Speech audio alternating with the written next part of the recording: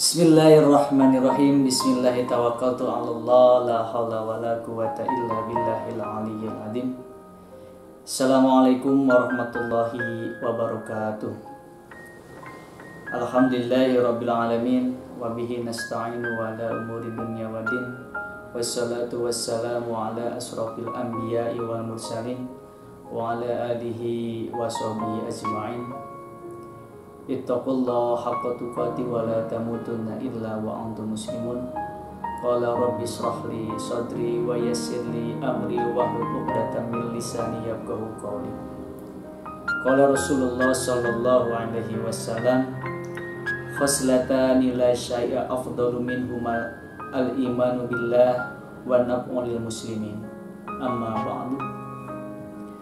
Alhamdulillah, puji serta syukur marilah sama-sama kita panjatkan kehadirat Allah Subhanahu wa taala, yang mana atas berkat kudrat dan iradatnya, alhamdulillah kita semua masih diberikan nikmat sehat, nikmat sempat Allah Subhanahu wa taala.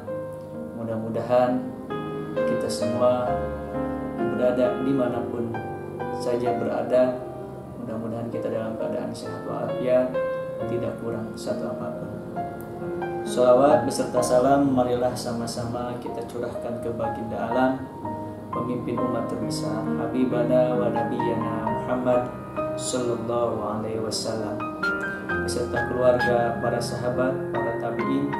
Mudah-mudahan sampai kepada kita selaku umatnya yang senantiasa turut dan cinta kepada beliau. Mudah-mudahan kita dijadikan umatnya yang senantiasa mendapatkan syafaatul uzma di yaumil akhir. Amin ya Allah ya rabbal alamin. Sahabat bakso yang sama-sama ingin mendapatkan ridha dan maghfirah Allah Subhanahu wa taala. Alhamdulillah kita bisa berjumpa kembali di episode yang kedua dalam sesi nasi di baksoan, nasihat Islami di Bakti Kencana Soreang. Mudah-mudahan sahabat semua masih setia mendengar, masih setia melihat, menonton tayangan ini, dan mudah-mudahan tayangan ini bisa bermanfaat khususnya untuk saya pribadi, umumnya buat sahabat semua yang berada di sana. Mungkin yang belum menonton di sesi pertama, silahkan bisa dilihat di Bakso Channel. Sahabat bakso rahimakumullah yang sama-sama ingin mengharapkan ridha dan maghfirah Allah Subhanahu wa taala.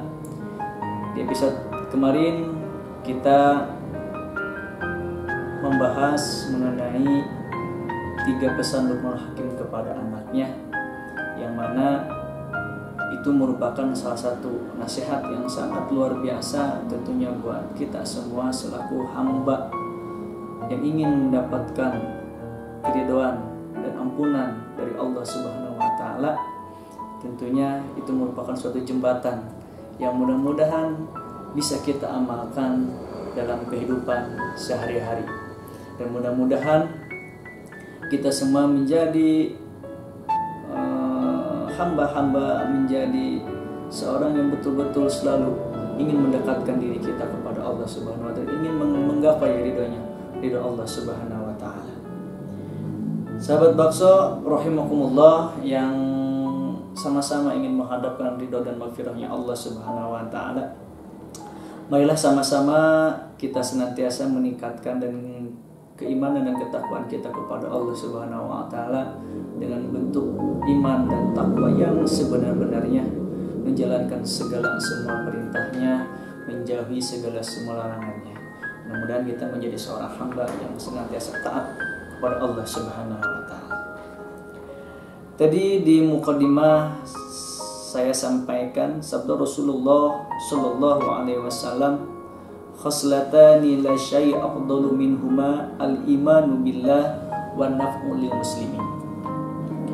Bahwa Nabi sallallahu alaihi wasallam pernah bersabda, saya ambil kutip dalam kitab Nasrul Ibad, ada 2 perkara yang paling utama. 2 perkara ini apa saja? Kata Nabi, khoslataini la syai'a afdalu minhuma ada dua perkara yang tidak ada sesuatu pun yang mampu melebihi keutamaannya. Kata Nabi, apakah itu? Yang pertama, al-imanu billah. Yang pertama, iman kepada Allah. Yang kedua, wan naf'u lil muslimina, yaitu yang kedua adalah bermanfaat bagi umat muslim atau bermanfaat bagi sesama manusia. Ini merupakan salah satu nasihat bagi kita bagaimana keutamaan ini luar biasa, di mana keutamaan ini tidak bisa mampu menandingi dari keutamaan yang lain. Yang pertama kita adalah keutamaan yang pertama adalah al-iman billah, yaitu beriman kepada Allah Subhanahu wa taala. Sudah barang jelas, sudah tentu kita selaku umat muslim harus beriman kepada Allah, di mana rukun iman yang ada 6. Yang pertama itu beriman kepada Allah Subhanahu wa taala sudah menjadi modal penting bagi kita selaku umat muslim, beriman kepada Allah. Yang kedua, wa naf'ul lil muslimin. Nah, ini mungkin yang akan coba kita jabarkan adalah wa naf'ul lil muslimin, bermanfaat bagi umat muslim. Sebagian mufassir menjelaskan bukan hanya umat muslim saja, semua umat muslim yang ada di dunia ini, tidak memandang apapun itu, agamanya, sukunya, rasnya, atau warna kulitnya. Mungkin zaman sekarang disebut rasis ya, rasis apapun itu bentuknya. Sementara Nabi mengajarkan kita harus bermanfaat terhadap semua umat muslim.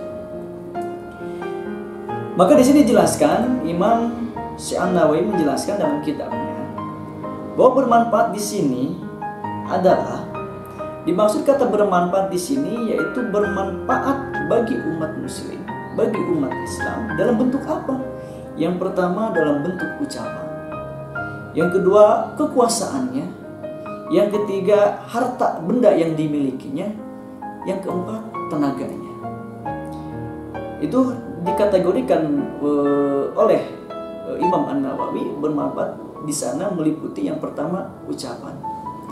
Ucapan kita sebisa mungkin harus betul-betul ucapan yang betul-betul ada manfaatnya.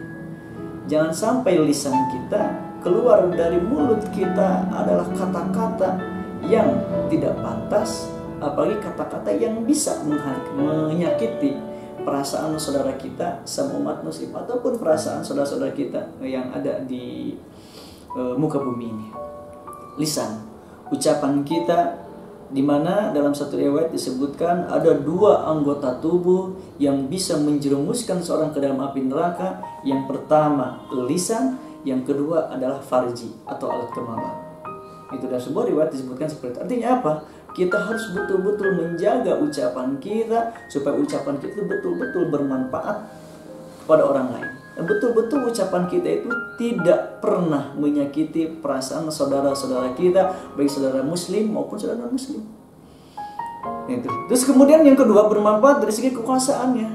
Apabila kita mempunyai jabatan yang lebih tinggi, kita mempunyai kedudukan yang lebih tinggi, usahakanlah, gunakanlah kekuasaan itu untuk membantu orang-orang yang memang betul-betul membutuhkan. Dari segi apa? Dari segi kebijakan-kebijakan ataupun yang lainnya. Maka maka sering kita dengar istilah otoriter, dan itu salah satu otoriter bentuk penggunaan kekuasaan yang tidak dibetulkan, yang tidak salah satu yang tidak diindahkan. Sehingga manfaatkanlah kekuasaan atau kedudukan yang kita miliki pada saat ini betul-betul untuk membantu membantu orang lain dan untuk mengajak orang lain dalam hal kebaikan. Dan bermanfaat dalam kategori yang selanjutnya adalah harta yang kita miliki. Harta yang kita miliki, kekayaan yang kita miliki, apapun yang kita miliki, usahakan digunakan untuk dalam hal kebaikan. Tentunya digunakan dalam hal menjalankan ibadahnya kepada Allah, dan digunakan untuk hal-hal kebaikan, terutama membantu saudara muslim kita yang notabene, mohon maaf, dari segi harta atau kekayaan jauh atau tidak tidak sama dengan yang kita miliki. Maka gunakanlah harta itu untuk di jalan Allah, membantu orang-orang yang memang betul-betul membutuhkan pada terutama dengan situasi kondisi seperti ini. Banyak orang-orang yang memang kita harus bantu. Nah, itulah salah satu bermanfaat dalam kategori harta bermanfaat. Kemudian yang terakhir, kita harta tidak punya, kekuasaan kita tidak punya. Apa yang boleh kita lakukan? Yang terakhir kata Imam An-Nawawi, tenaga kita, tenaga atau kekuatan kita yang bisa kita lakukan apa saja, kita membantu orang lain. Gitu. Itu salah satunya adalah membantu atau bermanfaat bagi orang lain. Adapun poin bermanfaat yang keempat, kata Imam An-Nawawi dituliskan dalam kitabnya, yaitu tenaganya. Apabila seseorang bisa menjaga lisannya, tapi dia tidak punya kekuasaan, dia tidak punya harta yang diberikan atau digunakan dalam hal kebaikan, maka yang terakhir kata Imam Nawawi adalah tenaga. Maka tenaga kita, pikiran kita itu digunakan untuk membantu orang lain. Yang paling sederhana, kita bisa membantu apabila ada orang yang kecelakaan atau jatuh, kita bantu. Salah satu bentuk bagaimana cara kita bermanfaat bagi orang lain, terutama di dalam riwayat hadis ini disebutkan adalah untuk umat muslim, di mana sabda Rasulullah SAW dan hadis yang lain, siapa yang pada pagi harinya tidak mempunyai niat menzalimi orang lain, maka dosanya diampuni oleh Allah Subhanahu wa Ta'ala. Dan siapa yang pada pagi harinya mempunyai niat memberi pertolongan kepada orang lain yang terzalimi dan memenuhi kebutuhannya seorang muslim, maka baginya pahala seperti pahala setara dengan pahala haji mabrur. Subhanallah. Maka itu sahabat bakso rahimakumullah, bahwasanya kita dituntut, kita diperintahkan oleh Rasulullah SAW memang betul-betul untuk menjaga bagaimana caranya kita bermanfaat bagi orang lain. Saya tadi sebutkan, siapa yang pada pagi harinya tidak berniat menzolimi saja, maka kita bakal diampuni dosa Allah Subhanahu wa Ta'ala. Terus kemudian barang siapa yang pada pagi hari yang mempunyai niat memberi pertolongan orang-orang yang terzolimi dan memberi atau memenuhi kebutuhan orang muslim, maka pahalanya setara seperti haji mabrur. Subhanallah. Maka itu adalah merupakan motivasi bagi kita. Dengan niat yang baik pun kita bakal diberikan pahala.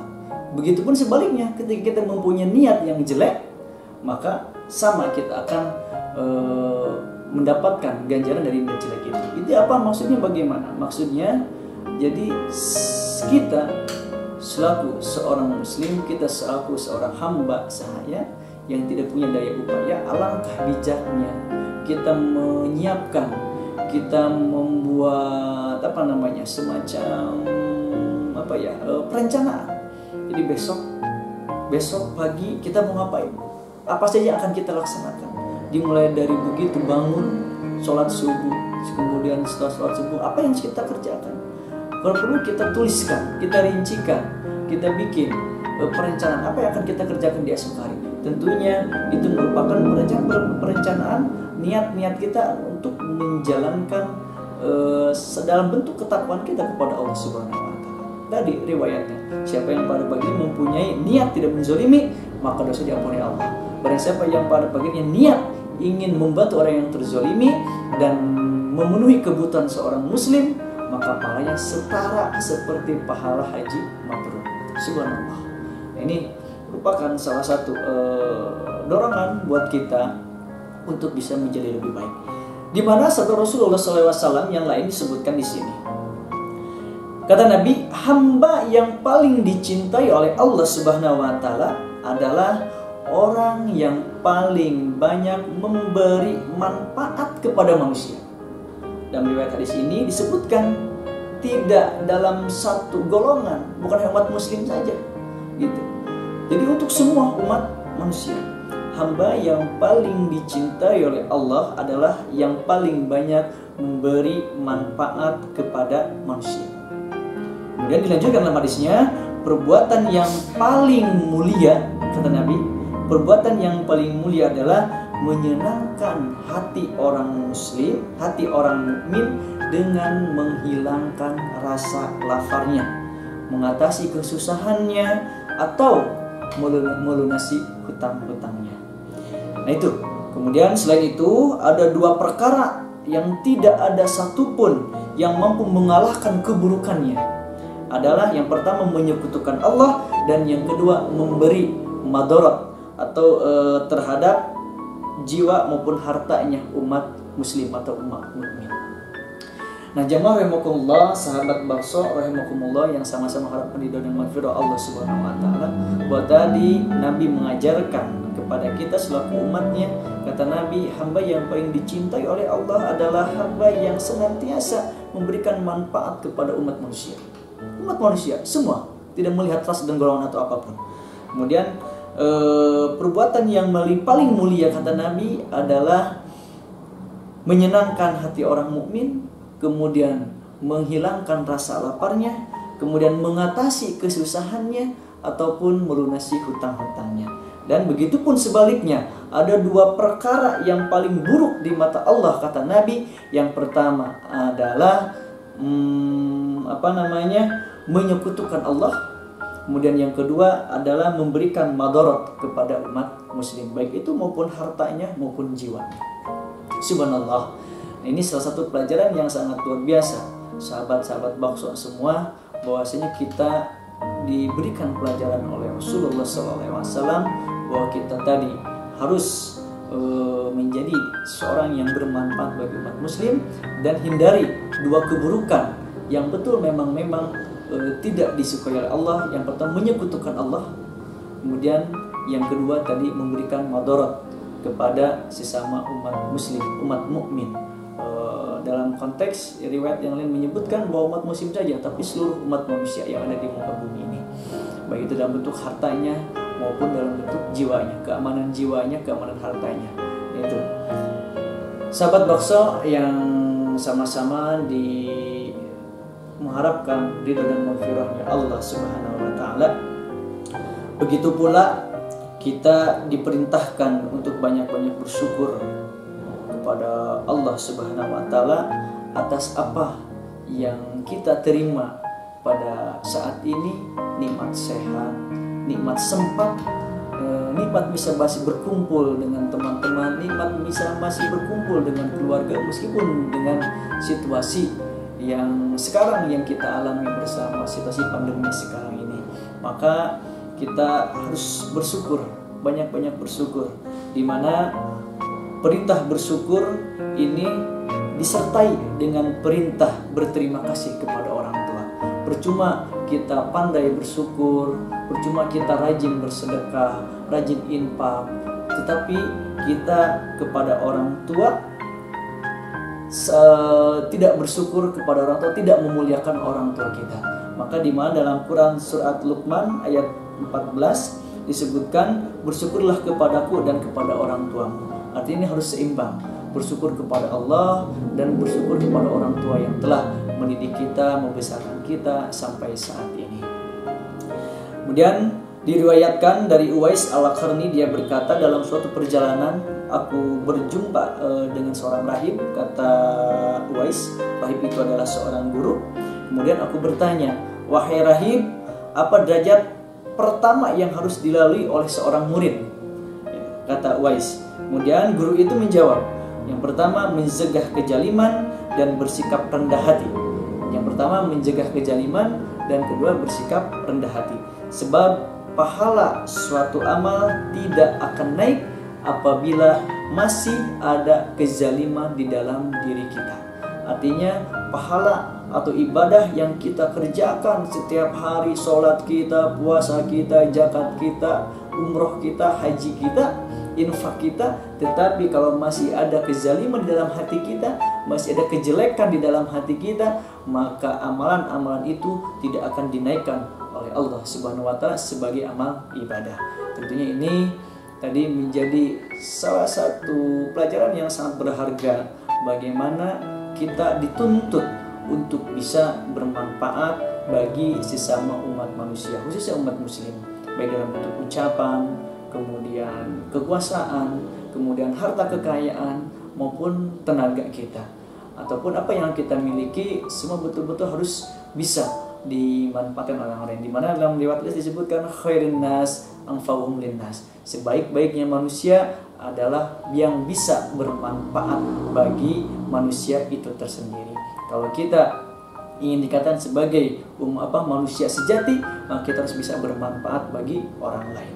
Itu mungkin salah satu nasihat yang sangat luar biasa. Ada dua perkara yang paling utama di mata Allah Subhanahu wa taala, di mana dua perkara ini, yang pertama beriman kepada Allah Subhanahu wa taala dengan menjalankan seluruh perintah-perintahnya yang berdasarkan Al-Qur'an dan Al-Hadis. Kemudian yang kedua adalah wan naf'ul muslimin, yaitu bermanfaat bagi umat manusia, atau di sini bermanfaat bagi umat muslim. Sahabat bakso yang sama-sama mengharapkan ridho dan maghfirah Allah Subhanahu wa taala, itulah yang bisa kita sharingkan pada kesempatan siang hari ini.